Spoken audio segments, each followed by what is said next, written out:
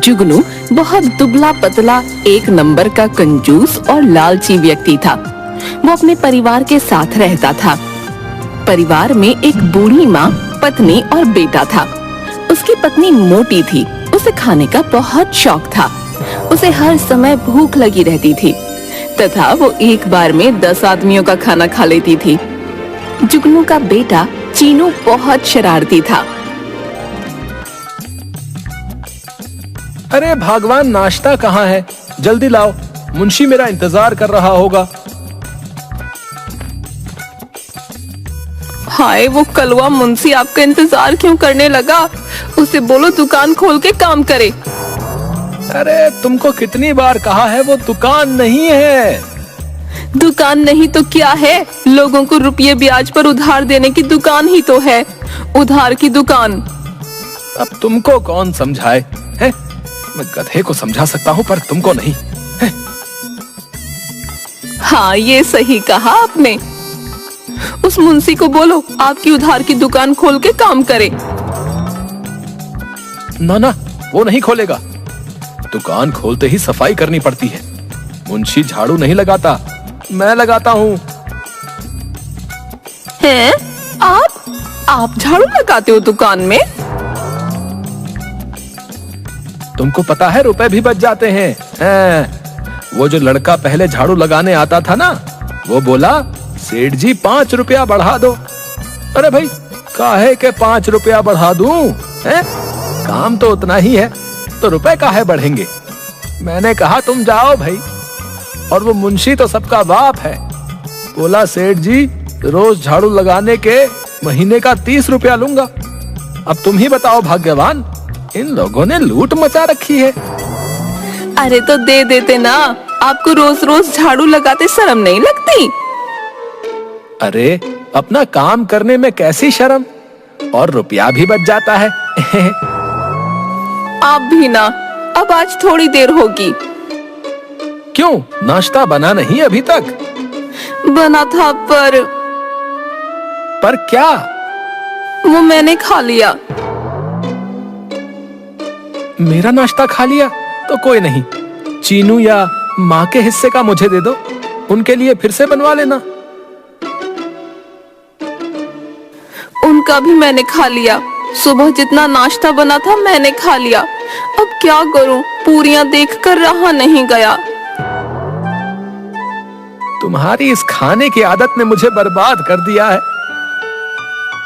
इतना रुपया राशन में जाता है, कुछ पता भी है?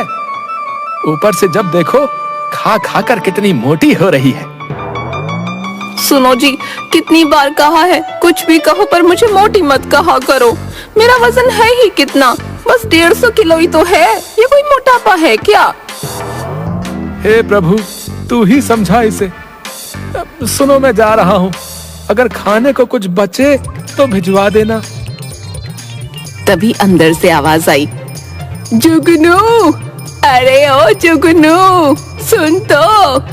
लो, अम्मा बुला रही हैं। अरे क्या है अम्मा? अरे कितनी बार कहा है, जाते वक्त टोका मत करो।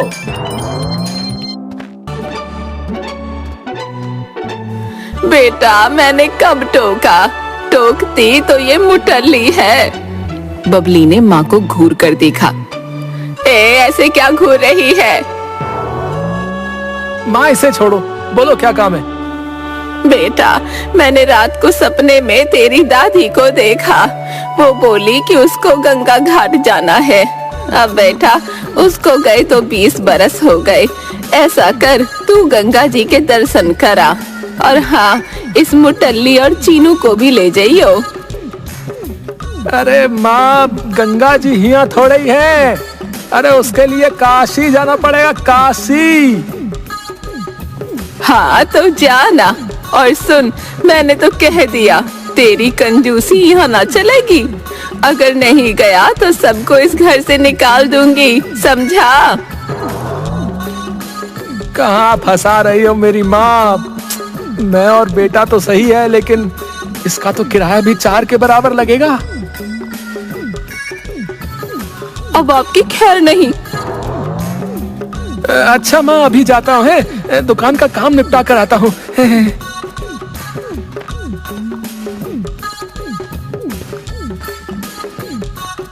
दुकान में अरे मुंशी, माँ ने काशी जाने के लिए कहा है। तुम मेरी, चीनू और उसकी माँ तीनों की रेलगाड़ी की टिकट का हिसाब लगाकर कुल कितना खर्चा होगा ये बता। मुंशी हिसाब करने लगा। कुछ देर बाद उसने एक पर्चा जुगनू को दिया। उसे पढ़कर वो उछल पड़ा। 1000 रुपया का एक आदमी की टिकट, रहने खाने का अलग खर्चा। हाँ सेठ जी, काशी यहाँ थोड़े ही है, बहुत दूर है। आप बोलो तो एक सलाह दूं? सेठ जी, ये रेलगाड़ी का चक्कर छोड़ो, बहुत महंगा हो जाएगा। आप बस से चले जाओ, बस का टिकट सस्ता भी है और शाम वाली बस का और भी सस्ता है। मुंशी, तुम सच कह रहे हो? हाँ सेठ जी, मैंने सब पता कर लिया है, सब बढ़िया से हो जाएगा और खर्चा भी कम। शाम को जुगनू, बबली और चीनू को लेकर बस के लिए निकल पड़ा। अरे सुनो, इतना भारी पेटी मैं नहीं उठा सकती, किसी कूली को बुला लो ना। तुमसे तो कम ही भारी है। बबली ने जोर से पेटी नीचे रख दी।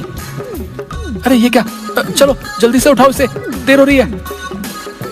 कहा ना मुझसे नहीं उठता इतना वजन, इसे उठाकर तो और भूख लगने लगी। तुम भी ना, अरे कहीं इतना भारी है, कोई 25-30 किलो होगा बस। तो आप खुद ही उठा लो ना। जुगनू ने पेटी उठाने की कोशिश की तो वो खुद ही गिर गया। क्या पापा, आप बिना कुछ लेते क्यों नहीं? चुप बदमाश कहीं का, तुम्हारे इस झूले लाल पाप की तो हद हो गई है कंजूसी की। बबली ने पेटी उठा ली।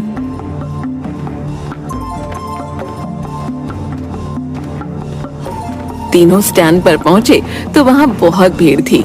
जुगनू एक आदमी से, ए भैया, ये शाम को काशी जाने वाली बस कौन सी है? देखो भैया, ऐसा है, शाम की कोई बस नहीं है, ठीक है? वो सामने वाली बस अभी आधा घंटे में चलने वाली है, ठीक है? बस के पास बहुत भीड़ थी। उसमें बैठने के लिए एक दूजे को लोग धक्का दे रहे थे। पापा, क्या हम इस बस में जाएंगे? अरे नाना, में तो खड़े होने की भी जगह नहीं है, हम ना जाएंगे इसमें। कोई ढंग की बस हो तो बताओ। तुम यहीं रुको, मैं पता करके आता हूँ। है जुगनू ने थोड़ा आगे जाकर देखा। सड़क पार एक पुरानी सी टूटी फूटी बस खड़ी थी। उसके पास बस एक आदमी खड़ा था। ओ भैया, ये बस काशी जाएगी? आदमी ने हाँ में सिर हिलाया। कब जाएगी? आदमी ने कोई जवाब नहीं दिया। ओ भाई, ये बस शाम को चलेगी ना? आदमी हाँ में सिर हिलाकर भाग गया। इतने में पहली वाली बस स्टार्ट हो गई। वो खसाखस भरी हुई थी। उसकी छत पर भी लोग बैठे थे। वो हॉर्न बजाती हुई चली गई। पूरा बस स्टैंड वीरान हो गया। अरे चलो चलो, हमारी बस हो रही सामने। हाँ, तीनों उस बस के वहाँ गए। पापा, ये बस चलती भी है? ये तो टूटी फूटी है। तुम्हें उससे क्या है, बस काशी पहुंचा दे। चलो चलो, अंदर चलो। जुगनू और चीनू अंदर चले गए, पर बबली बस के दरवाजे में फंस गई। हाय अम्मा, मर गई। अरे जी, मुझे अंदर खींचो। जुगनू और चीनू दोनों बबली का हाथ पकड़कर अंदर खींचने लगे। जोर लगा के हईशा, जोर लगा के हईशा। तीनों बस के अंदर बैठने के लिए ढंग की सीट देखने लगे। सुनो जी, ये वाली सीट बढ़िया है, यहाँ बैठेंगे। कहकर वो सीट पर बैठ गई और चीनू उसकी गोद में बैठ गया। जैसे तैसे जुगनू भी वहीं फंसकर बैठ गया। हाँ भाई, सब लोग ढंग से बैठो। ये बस कब चलेगी? बस अभी चलने वाली है। भैया, ये बस तो एकदम खाली पड़ी है। कोई और सवारी नहीं आएगी क्या? नहीं नहीं, कोई और नहीं आएगा, तुम लोग आराम से बैठो, कहकर वो जोर जोर से हंसने लगा। तभी बस स्टार्ट हो गई। पूरी बस जोर जोर से हिलने लगी और जुगनू सीट से नीचे गिर गया। पापा गिर गए, पापा गिर गए। चुप बदमाश। भगवान, पूरी सीट तो तुमने घेर ली है, मैं पीछे वाली सीट पर बैठता हूँ। बस हिचकोले खाती हुई चलने लगी। सुनो, जरा संभल कर, कहीं वहाँ भी ना गिर जाना। अम्मा, मैं भी अकेले सीट पर बैठूंगा, यहाँ कैसे खेलूंगा? अच्छा ऐसा कर, सामने जाके बैठ जा, मैं भी थोड़े अपने पैर फैला लूं। रात होने पर बस में अंधेरा हो गया। अरे बत्ती जलाओ। बत्ती नहीं है। फिर उसकी जोर जोर से हंसने की आवाज आई। सुनो जी, किसी होटल में बस रुकवाओ, मुझे तो बहुत भूख लग रही है।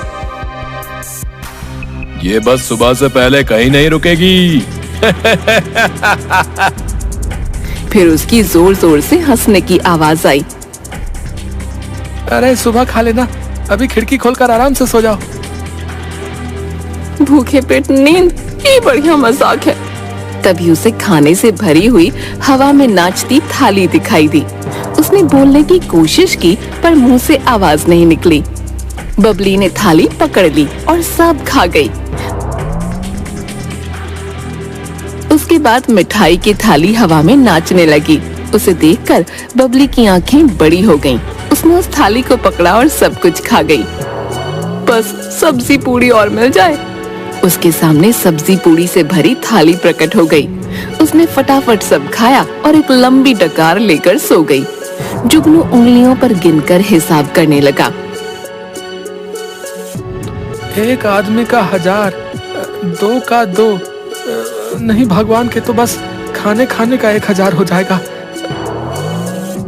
हे प्रभु, इतना खर्चा करवाओगे तो कोई लॉटरी भी लगवा दो। कहकर वो खिड़की पर सर रख कर कुछ सोचने लगा। तभी उसके कान में कुछ लगा। अरे बाबा, अब मच्छर भी खून चूसेगा। तभी उसके बालों पर कुछ लगा। उसने ऊपर की ओर देखा तो नोटों की गड्डियां हवा में उड़ती हुई दिखाई दी। उसने आंखें मल मल कर देखा। ये असल के रुपए हैं। उसने दूसरी गड्डी पकड़ी तो और 10 गड्डियां हवा में नाचने लगीं। जुगनू खुशी से गिरते पड़ते पेटी के पास गया। पत्नी जोर जोर से खर्राटे लेकर सोई हुई थी। धीमे से पेटी उठाते हुए वो कांपने लगा। उसने पेटी का सारा सामान निकालकर फेंक दिया और उसमें नोटों की गड्डियां भरने लगा। बाप रे, लॉटरी लग गई, लॉटरी। प्रभु, सच्ची में लॉटरी लगा दी है। एक साथ इतना पैसा तो मेरे पुरखों ने कभी भी नहीं देखा होगा। अब मैं सोऊंगा नहीं, कहीं वो कंडक्टर का बच्चा चुरा ले गया तो वो खुद उससे चिपक कर बैठ गया। पर थोड़ी देर बाद उसे नींद आ गई। ओह, मेरा कंचा मिल जा रे बाबा, मिल जा। पर नहीं मिला। ऑप्शन पर नहीं मिला। चीनू उदास होकर सीट पर लेट गया तो उसे हवा में उड़ती हुई गेंद दिखाई दी। ये कैसी गेंद है जो हवा में उड़ रही है? चीनू ने गेंद पकड़ने की कोशिश की तो हाथ लगाते ही वो 2 हो गई। तो गेंद। उसने पकड़ने की कोशिश की पर वो और ऊपर हो गई। बच्चों, अभी बताता हूँ। उसने फटी हुई सीट पर चढ़कर गेंद पकड़ ली। गेंद अच्छी है पर मेरा कंचा ज्यादा अच्छा है। मिल जाना, कहाँ खो गया? तभी चीनू के सामने उड़ते हुए कंचे आ गए। चीनू उन्हें पकड़ने लगा। उसने कंचों को अपने रुमाल में बांध दिया। वाह, कितने सुंदर और बढ़िया कंचे हैं, मजा आ गया। वो पटली को सिर के नीचे रखकर सो गया। थोड़ी देर बाद बबली की आंख खुली। हाय रे, बड़ी भूख लगी है। काशी तो अभी बहुत दूर है, कहीं से कुछ चटपटा मिल जाए तो मजा आ जाए। तभी उसे हवा में पकवानों से भरी थाली दिखाई दी। वो पकड़ने की कोशिश करने लगी तो वो और दूर होती जाती। उसके पीछे जाते जाते बबली बस की अंतिम सीट तक पहुंच गई। आ जाना, क्यों भागे जा रही है?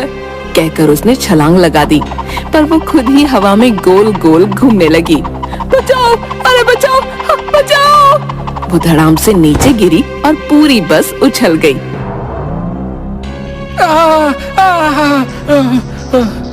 बस रुक गई। तब जीनू और जुगनू ने बबली को उठाया। इस ड्राइवर और कंडक्टर को छोड़ूंगी नहीं। उसने ड्राइवर सीट पर देखा तो वहाँ कोई नहीं था। सुनो जी, ये दोनों कहाँ गायब हो गए? पता नहीं, इस बस से अब तक कोई नीचे नहीं उतरा। उन्होंने यहाँ वहाँ देखा पर कोई नहीं था। सवेरा हो गया, लगता है काशी आ गया। चलो चलो नीचे उतरो।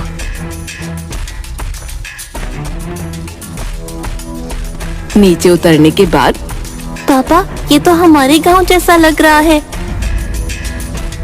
नहीं बेटा, ये काशी है। बस स्टैंड सब जगह एक सा होता है। ओ देखो, ये तो वही गांव का खीरे वाला है। ए भैया, तुम हमारे पीछे पीछे काशी तक आ गए? काशी? कहाँ है काशी? ये काशी तीर्थ है, हमको गंगा घाट जाना है। तुम्हारा यहाँ कैसे आना हुआ? भौजी पगला गई हो का है? ये काशी नहीं, अपना गांव है, गांव है। ये कैसे हो सकता है? हमने पूरी रात बस में सफर किया काशी जान खातिर। गांव कहाँ से आ गया? कौन से बस में गए भैया? वो सामने वाली। खीरे वाला सामने देखता है, वहाँ कोई बस नहीं थी और जुगनू और बबली बस को वहाँ न देखकर वहीं खड़े खड़े सुन्न हो गए। भाई, हम लोग पूरी रात एक बस में सफर करके आए हैं भाई, लेकिन अब देख रहे हैं तो अपने ही गांव में है। आप हमें किस बस में ले गए थे जी? मैंने तो खूब चटकारे लगाकर पता नहीं क्या क्या खाया है रात में। हाँ, और मैंने तो तुम्हारे संदूक से सामान बाहर फेंक पैसों से भर लिया है। दोनों जल्दी से संदूक खोलकर देखते हैं, उसमें कपड़ों के सिवाय कुछ न था। अरे जुगनू भैया, लगता है आपको बस स्टैंड के बाहर वाली वो जो भूतिया बस है उसके बारे में पता नहीं था। तुम लोग उसी बस की सवारी करके आ रहे हो भैया। है भूतिया बस? हाँ बबली भाभी, अरे पुराने बस अड्डे के बाहर रात को कई लोग इस भूतिया बस में चढ़ जाते हैं और उसका शिकार हो जाते हैं, लेकिन तुम लोग किस्मत वाले हो जो सही सलामत लौट आए।